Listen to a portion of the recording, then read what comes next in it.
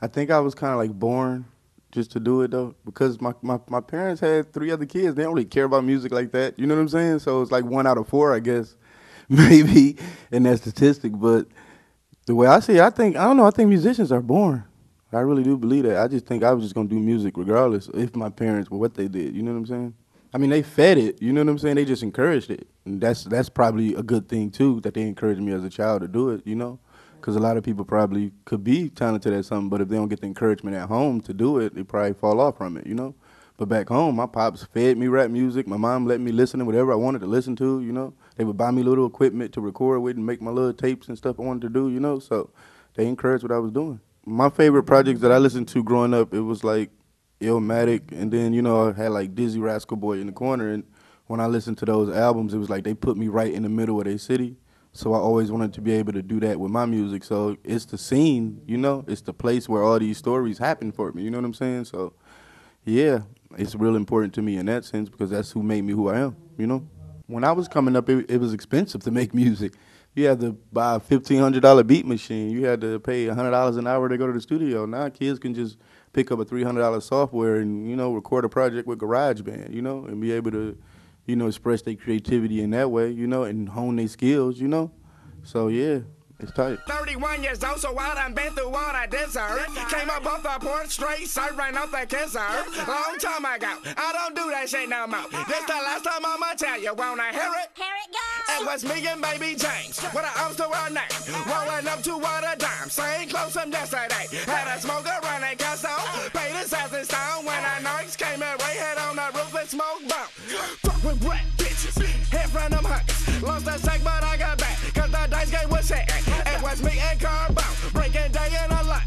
Nigga popping no doubt, selling rocks as a hot. I mean, it's just fun hanging out, and, you know, with people that go through the same things that you go through, so you all kind of share the same problems and the same ups and downs in some sense, you know, so you can relate to each other. Because you all build from each other and learn things from each other. No matter who you're around, you know what I'm saying, you're going to pick some things up from them, you know. So, yeah, it does. And, you know, it just makes you a better person, though, too, you know. We just play a lot of, like, our music around each other, you know, and just stuff, you know, and then you figure out why that person makes that type of stuff he make, because you understand his personality, you know. And just getting to know somebody, you get to know their music too, you know what I'm saying? And you can understand it better, and I think that's what I learned from mostly being around, you know, everybody that I went on tour with, you know? Like I say, we just hang out in the same area, you know? I mean, when I used to always come to New York, I used to be around there, you know? So when he first started taking off, I was around, you know what I'm saying? So, you know, he remembered me from back then, you know? So we used to always kick it, you know? That's just my brother, to be honest, you know what I'm saying? Like, we just, every time we was always at the festivals together, we always just hung out. So, you know, that's the homie. We was both, like, sharing a dime bag of weed, you know what I'm saying? Like, talking about what we gonna do, you know? And now, you know, look where we at, you know what I'm saying? So, for sure, man, because we both remember that time where we ain't even had nothing in our pockets, and we just was trying to rap, you know? He was just a big fan of that song, and one day he's like, man, you should let me shoot a video for it. I was like, all right, go ahead. And then just one day he just popped up, like, I'm shooting a video today, let's shoot the video. I'm like, what?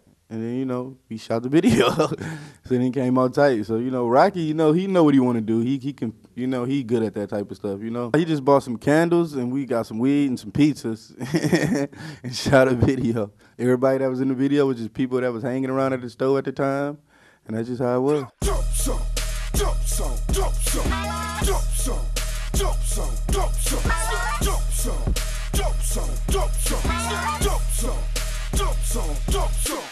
Crackhead Lisa, she used to be thick, had sex with a trick, and now she's sick. She offer you some head, if you give her some drugs, just make sure you get it. You better wear a glove. I'm sick of all these niggas with they 10-year-old story. You ain't doing that mo, nigga, lying to the shirt. So take this as a diss song, cause this is my last song. Not my last dope song. But my last dope song. Dope song, dope song, dope song, dope song, dope song, dope song, dope song, dope song, dope song, dope song, dope song, dope song. I think fashion and the way you dress is just another way to express yourself, just like music is, you know?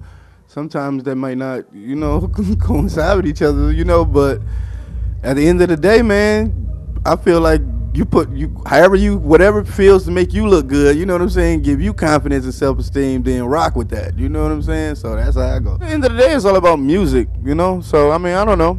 I mean, at the end of the day, I'm happy where I'm at right now. you know, so I have no complaints. I mean, I learned a lot from the experience, and, you know, at the end of the day, it wasn't nothing negative. It was all positive. You know, I was able to have a studio to record in. I stayed with Yayo for like 3 months. We went shopping. We had a lot of fun. You know what I'm saying? So at the end of the day, man, them the homies, man. They took me on my first tour I ever been on, you know? Now I'm touring all the time. If it wasn't for that experience, I probably wouldn't able to deal with this experience, you know? So I just be me and, you know, just chill, have fun, you know? Just trying to stay, you know, positive, stay afloat, you know? So I'm cool. I can't really care about what other people think about me or really, you know. I doubt if people care what I think about them, so. Music is the reason I'm here, and that's the music is what's gonna keep me here. You know, I don't make money from being a character. I make money from my music. So until that stop making money, I doubt people would care about a character. You know, so the music is what comes first to me. Anything else is uncivilized.